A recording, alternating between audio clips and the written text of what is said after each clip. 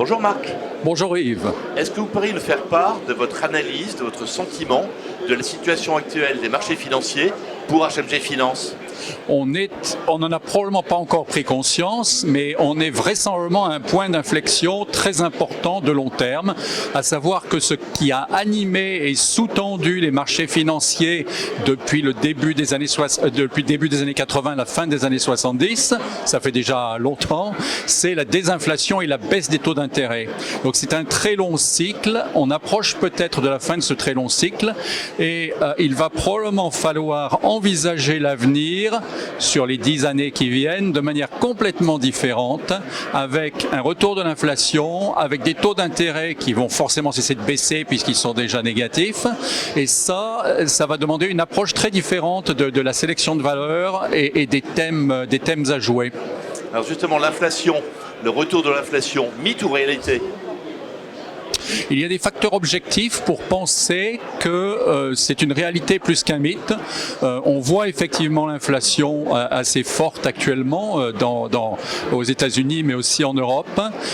Les salaires sont plutôt à la hausse. Il y a des contraintes sur le marché du travail. Il y a des goulots d'étranglement dans certains métiers. Il y a des contraintes réglementaires et des contraintes, j'allais dire, ISR qui font que on n'utilise pas forcément le fournisseur le moins disant. Tout ça, ça contribue potentiellement à des inefficiences en matière de fixation des prix, donc à une hausse des prix. Et nous, chez HMG, on aurait plutôt tendance à penser que l'inflation va repartir pour un certain temps et que ça n'est pas un phénomène purement épisodique. Et conséquemment, quelles sont chez HMG Finance vos principales perspectives sur les marchés financiers à échéance 6 mois? Nous observons que les marchés financiers sont à des niveaux historiquement élevés depuis de nombreuses dizaines d'années.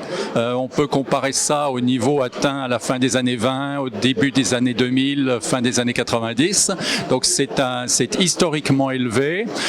Qui dit historiquement élevé dit vulnérable, d'autant plus que les marges des entreprises sont aussi à des niveaux généralement très élevés. Ça incite forcément à la prudence, donc à une sélection de titres différente qui est probablement celle que l'on essaye de faire, puisqu'on est aussi dans des marchés à deux vitesses, des marchés qui sont globalement élevés avec les valeurs vedettes qui sont hors de prix et par contre toute une catégorie de titres de sociétés qui n'ont pas démérité du tout, qui ont une belle performance économique mais qui ne sont pas dans la tendance, qui ne sont pas dans la mode et qui elles sont par contre à des prix, je dirais presque bradés. Et c'est là qu'on essaye de prospecter, de rechercher, et c'est dans ce type de valeurs bradées dans des marchés globalement chers que l'on trouve un gisement pour la constitution des portefeuilles aujourd'hui. Marc, merci beaucoup et très bon salon BFM. Merci Yves.